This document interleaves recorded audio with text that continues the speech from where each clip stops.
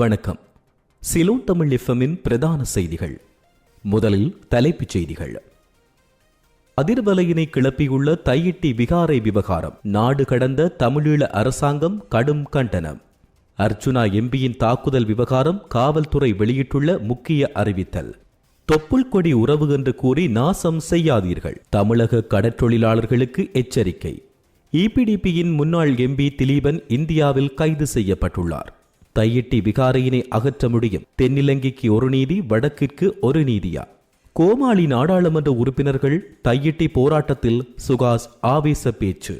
பணமோசடியில் சிக்கிய கரணி அமரசூரிய முன்வைக்கப்பட்டுள்ள குற்றச்சாட்டு. குரங்குகளை பிடிக்கும் திட்டம் இலங்கையில் ஆரம்பம். இனி தொடர்வது விரிவான செய்திகள். தமிழர் பிரதேசத்தில் சட்டவிரோதமாக அமைக்கப்பட்டுள்ள தையிட்டி பௌத்த விகாரைக்கு எதிராக நாடு கடந்த தமிழீழ அரசாங்கம் தன்னுடைய கண்டனத்தை வெளியிட்டுள்ளது. இது தொடர்பில் நாடு கடந்த தமிழீழ அரசாங்கத்தின் பிரதமர் விஸ்வநாதன் ருத்ரகுமாரன் அறிக்கை ஒன்றை வெளியிட்டுள்ளார். குறித்த அறிக்கையில் தையிட்டி பௌத்த விகாரை அகற்றப்பட வேண்டிய சிங்கள ஆக்கிரமிப்பின் அடையாளம் என்றும் அதில் சுட்டிக்காட்டப்பட்டுள்ளது. அத்துடன் சிங்கள பௌத்தத்திற்குள் உள்வாங்கப்படுவதற்கான தமிழ் பண்பாடு இனவழிப்பு என்றும் தெரிவிக்கப்பட்டுள்ளது. தற்பொழுது தையிட்டி விகாரை விவகாரம் பாரிய அதிர்வலையை கிளப்பியுள்ள நிலையில் தமிழர்களின் காணிகள் திரும்ப கையளிக்கப்பட வேண்டும் என கோரி தொடர் போராட்டங்கள் முன்னெடுக்கப்பட்டு வருகின்றன. ஜாழ்ப்பாண ஹோட்டல் ஒன்றில் நாடாளுமன்ற உறுப்பினர் ராமநாதன் அர்ச்சுனாவின் தாக்குதல் சம்பவம் தொடர்பில் சிசிடிவி காட்சிகளை பயன்படுத்தி மேலதிக விசாரணைகளை மேற்கொள்வதாக காவல்துறையினர் தெரிவிக்கின்றனர். சம்பவம் தொடர்பில் 2 தரப்பிடமிருந்து முறைப்பாடுகள் பெறப்பட்டுள்ளதால் விசாரணை நோக்கங்களுக்காக சிசிடிவி காட்சிகளை பயன்படுத்த நடவடிக்கை எடுக்கப்பட்டுள்ளதாக காவல்துறை ஊடக பேச்சாளர் மூத்த காவல்துறை கண்காணிப்பாளர் புத்திக்க மனதுங்க குறிப்பிட்டுள்ளார். இதனிடையே தாக்குதலில் பயன்படுத்தப்பட்ட கண்ணாடி உடைந்ததால் ஏற்பட்ட சேதத்தை நாடாளுமன்ற உறுப்பினர் அர்ச்சுனாவிடமிருந்து மீட்க ஹோட்டல் நிர்வாகம் நடவடிக்கை எடுத்து வருகிறது. இந்நிலையில் ஹோட்டலுக்கு வந்த ஒருவரை தாக்கியதாகவும் தனது சொந்த பாதுகாப்பிற்காகத்தான் அவரை தாக்கியதாகவும் நாடாளுமன்ற உறுப்பினர் அர்ச்சுனா தென்னிலங்கை ஊடகம் ஒன்றுக்கு செய்தி வெளியிட்டுள்ளார். இலங்கையின் கடல் வளத்தை அழித்தொழிக்கும் நடவடிக்கையில் தமிழக கடற்றொழிலாளர்கள் ஈடுபட்டுள்ளதாகவும் இவ்வாறு நாசகார செயலில் ஈடுபட்டுவிட்டு செல்லும் வழியில் தொப்புக்கொடி உறவு என்று அவர்கள் கூறுவதில் பயன் எதுவும் இல்லை என கடற்றொழில் மற்றும் நீரியல் கடல் வளங்கள் அமைச்சர் ராமலிங்கம் சந்திரசேகர் தெரிவித்துள்ளார். தமிழக கடற்றொழிலாளர்கள் இலங்கை கடற்பரப்பில் அத்துமீறும் செயற்பாடு தொடர்பில் நேற்று ஊடகவியலாளருக்கு கருத்து தெரிவிக்கும் போதே அவர் இவ்வாறு கூறியுள்ளார். தமிழக கடற்றொழிலாளர்களினால் அத்துமீறல் அதிகரிக்கப்பட்டுள்ளது. கடந்த காலங்களில் 3 நாட்கள் வந்தார்கள், இப்போது 7 நாட்கள் வருகிறார்கள். நமது நாட்டு மீன்களை பிடிப்பது மட்டுமல்லாமல் கடல் வளத்தையும் நாசம் செய்கிறார்கள். இதனால் நாளைய தலைமுறையினருக்கு கடல் வளம் இல்லாமல் போவதாக அவர் குற்றம் சாட்டியுள்ளார். ஏபிடிபி கட்சியின் வன்னி மாவட்ட முன்னாள் நாடாளுமன்ற உறுப்பினர் குலசிங்கம் திலீபன் இந்தியாவில் வைத்து கைது செய்யப்பட்டுள்ளார். கேரளாவின் கொச்சி என்கின்ற இடத்தில் வைத்து கடந்த திங்கட்கிழமை தமிழக காவல்துறையினரால் அவர் கைது செய்யப்பட்டுள்ளார். புழல் சிறையில் இவர் அடைக்கப்பட்டுள்ளதாக தெரிவிக்கப்படுகின்றது. இலங்கையிலிருந்து இந்தியாவின் மதுரைக்கு சென்ற அவர் அங்கிருந்து பிரிதொரு கடவுச்சீட்டின் மூலமாக வெளிநாடு செல்ல முற்பட்ட வேளை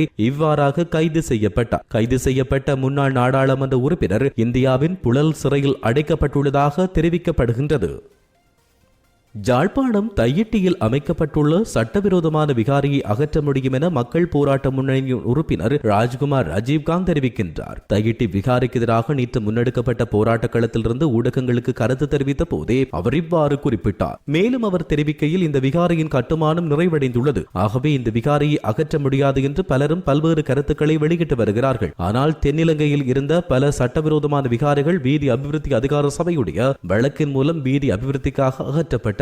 எனவே அவர்களுக்கு ஒரு நீதி, இங்கிருக்கின்ற மக்களுக்கு ஒரு நீதி என்றால் சிங்கள பேரினவாதத்தின் ஆக்கிரமிப்பு போக்கும் தமிழருக்கு எந்த ஒரு இடத்தையும் விட்டுக் கொடுக்க கூடாது என்ற நிலையும் தமிழ் மக்கள் எப்போதும் இன சுதந்திரத்துடன் வாழ முடியாத நிலையும் காணப்படுவதாகவே அவர் தெரிவித்துள்ளார்.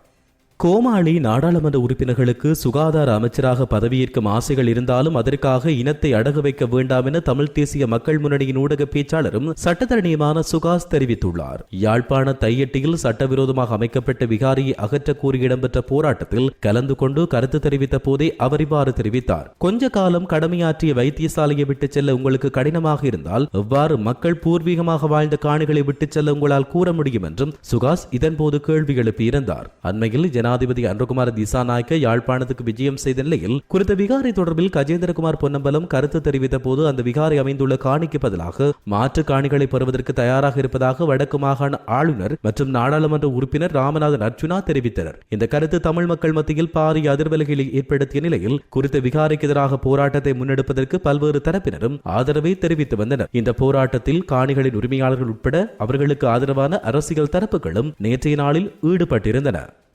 அமெரிக்க ஜனாதிபதியால் வெளியிடப்பட்டுள்ள யுஎஸ்ஐட் பண மோசடி செய்ததாக கூறப்படும் பட்டியலில் தற்போதைய நாட்டின் பிரதமர் கரணி அமரசூரியவின் பெயரும் இருப்பதாக குற்றம் சுமத்தப்பட்டுள்ளது. குறித்த கருத்துக்களை அக்மீமென தயாரத்ன தேரர் குறிப்பிட்டுள்ளார். இந்நிலையில் கரணி அமரசூரிய பிரதமர் பதவியிலிருந்து விலக வேண்டும் என அவர் சுட்டிக்காட்டியுள்ளார். நாட்டை நெருக்கடிக்குள் தள்ளுவதற்கும் அந்நிய நாடுகளுக்கு அடிமைப்படுத்துவதற்காகவும் பணம் பெற்றுக் கொண்டதாக கரணி அமரசூரிய தொடர்பில் குற்றச்சாட்டுகள் முன்வைக்கப்பட்டுள்ளதாக அவர் குறிப்பிட்டுள்ளார். குரங்குகளை பிடிக்கும் திட்டம் ஒன்று ஆரம்பிக்கப்பட்டுள்ளதாக இலங்கையின் விவசாய அமைச்சர் கே.டி. லால்காந்த தெரிவிக்கின்றார். கண்டியில் நடைபெற்ற நிகழ்வொன்றில் பங்கேற்ற போதே அவர் இந்த விடயத்தினை தெரிவித்துள்ளார்.